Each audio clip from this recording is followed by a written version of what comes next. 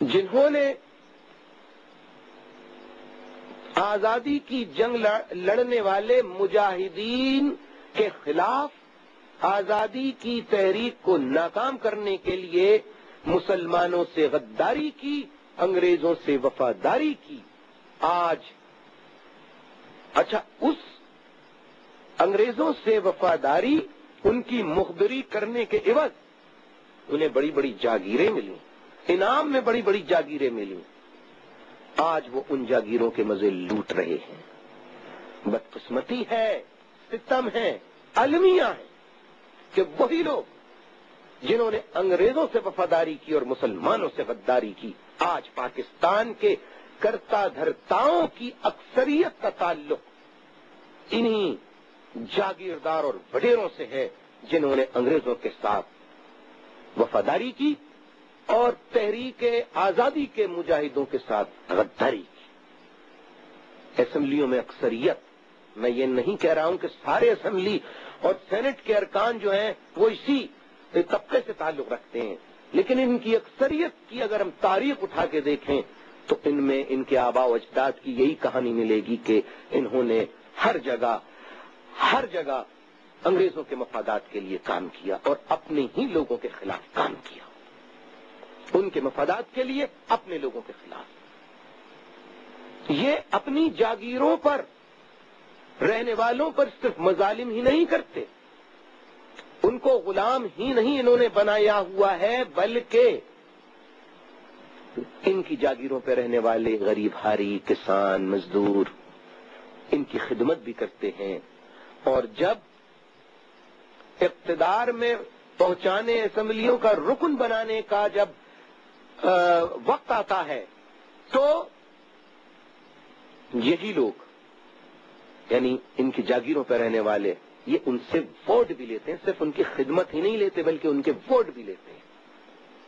ان کے رہنے سہنے کا ڈھنگ، کھانے پینے کا ڈھنگ سب کچھ الگ ہے، ان کی تعلیم کے لیے اسکول اور کالجز الگ ہیں، جبکہ غریب مزدوروں، ہاریوں، کسانوں، متوسط طبقے کے لوگوں کے غریبوں کو جینے کا نہ صرف حق ہی نہیں ہے بلکہ ان کے بچوں کو تعلیم حاصل کرنے کے لیے اچھے اسکول انہیں فراہم نہیں ہے۔ سر چھپانے کے لیے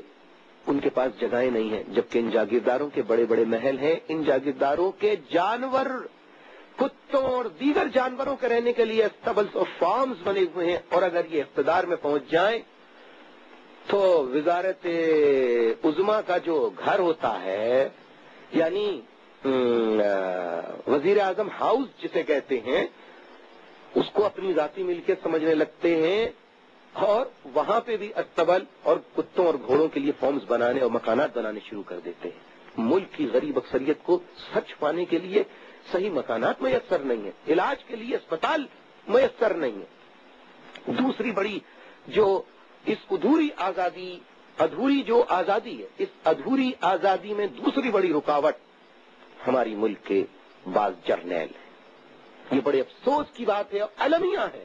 کہ کسی مہذب ملک میں آپ چلے جائیے، وہاں پر بزرگ سے، عورت سے، مرد سے، بچے سے، بچی سے، کسی سے آپ پوچھیں کہ بتاؤ تمہارے چیف آف آرمی اسٹاف کا نام کیا ہے، تو وہ نہیں بتا سکے گا، کوئی نہیں بتا سکے گا۔ لیکن ہمارے ہاں فوج کا سیاست میں عمل دخل اتنا کر دیا گیا ہے کہ ہم صرف اپنے چیف آف آرمی اسٹاف کا ہی نام نہیں جانتے بلکہ ہم تمام کور کمانڈرز کا نام جانتے ہیں، صرف ان کا ہی نہیں بلکہ لوکل کمانڈنگ افسران کا نام تک جانتے ہیں۔ یہ ان جاگیرداروں کے مفادات کا تحفظ کرتے ہیں اور جاگیردار اپنے اقتدار کے لیے ان جرنیلوں کا سہارا لیتے ہیں۔ یہ ملک چند جرنیلوں کا، چند خاندانوں کا نہیں ہے، یہ ملک پاکستان کے 12 کروڑ عوام پاکستانیوں کا ہے۔ جب تک پاکستان کے عوام کا حق پاکستان پہ تسلیم نہیں کیا جاتا، ظالموں غاصبوں سے چھٹکارا حاصل نہیں کیا جاتا، یاد رکھیے آزادی کی تکمیل ممکن نہیں ہے۔ آزادی کی تکمیل کے لیے ضروری ہے کے تمام طبقوں کو بلا امتیاز رنگ و نسل زبان سب کو یکساں انصاف، سب کو ان کے جائز حقوق دیے جائیں، اس کے بغیر آزادی کی تکمیل ہو نہیں سکتی۔ اور اس روش کو تیسری بڑی جو رکاوٹ ہے کہ ایک طبقہ اپنے آپ کو وفادار اور دوسروں کو غدار قرار دیتا چلا آیا ہے،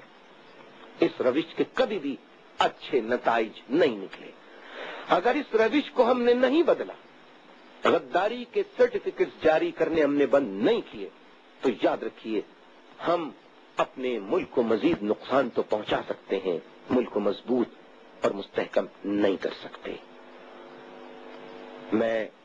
آج اس سیمینار کے توسط سے آپ سب کے سامنے یہ کہنا چاہتا ہوں، یہ بات علم میں لانا چاہتا ہوں، آپ کے علم میں ہے بھی یقیناً، کہ سندھ میں گزشتہ 2 سالوں سے کیا کھیل کھیلا جا رہا ہے۔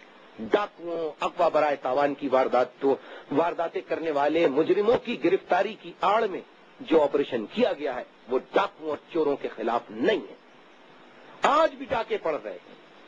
آج بھی اغوا ہو رہے ہیں، نہ ڈاکو پکڑے گئے نہ چور پکڑے گئے، لیکن ایک طبقے کے خلاف، پوری ایک آبادی کے خلاف یہ آپریشن کیا جا رہا ہے۔ مہاجروں کے بارے میں یہ لکھوایا جا رہا ہے، نجی محفلوں میں اور بعض جگہوں پہ یہ کہا جا رہا ہے کہ مہاجروں کی حب الوطنی جو ہے وہ مشکوک ہے، اس لیے کہ مہاجروں کے عزیز و اقارب بھارت میں رہتے ہیں، ان کے بھارت کے ایجنٹ بننے کے زیادہ امکانات ہیں۔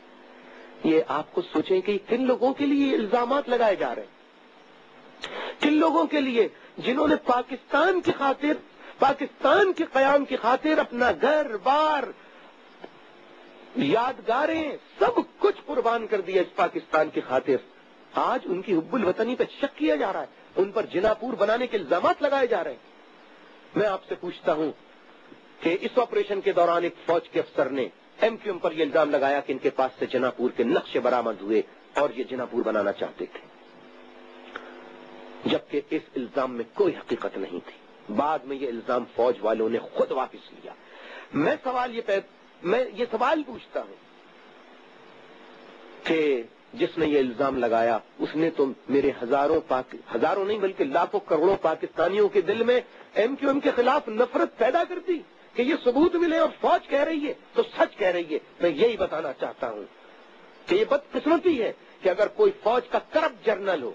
فوج سے منسلک کوئی بڑے عہدے پہ آدمی ہو جو غلط کام کر رہا ہو، جس کی پالیسیاں غلط ہوں، اگر اس پر آپ آواز اٹھائیں، اس پر آپ کوئی احتجاج کریں تو اسے سب سے بڑا گناہ سمجھا جاتا ہے۔ انہوں نے تو یہ بیان دے دیا، نقشے چھپوا دیے، ہر آدمی نے نقشے دیکھے، وہ خود ساختہ اور جعلی، جبکہ اس میں کوئی حقیقت نہیں تھی۔ میں نے کہا سپریم کورٹ میں مقدمہ چلاؤ۔ آج آپ کے درمیان ایک ایسی شخصیت بیٹھی ہے جو پاکستان کی ایک انتہائی اہم ایجنسی سے تعلق رکھتی ہے، اور وہ ایجنسی ملک کے غداروں، ملک دشمنوں، جاسوسوں پہ نظر رکھتی ہے، بیرونی ملک کے ایجنٹوں پہ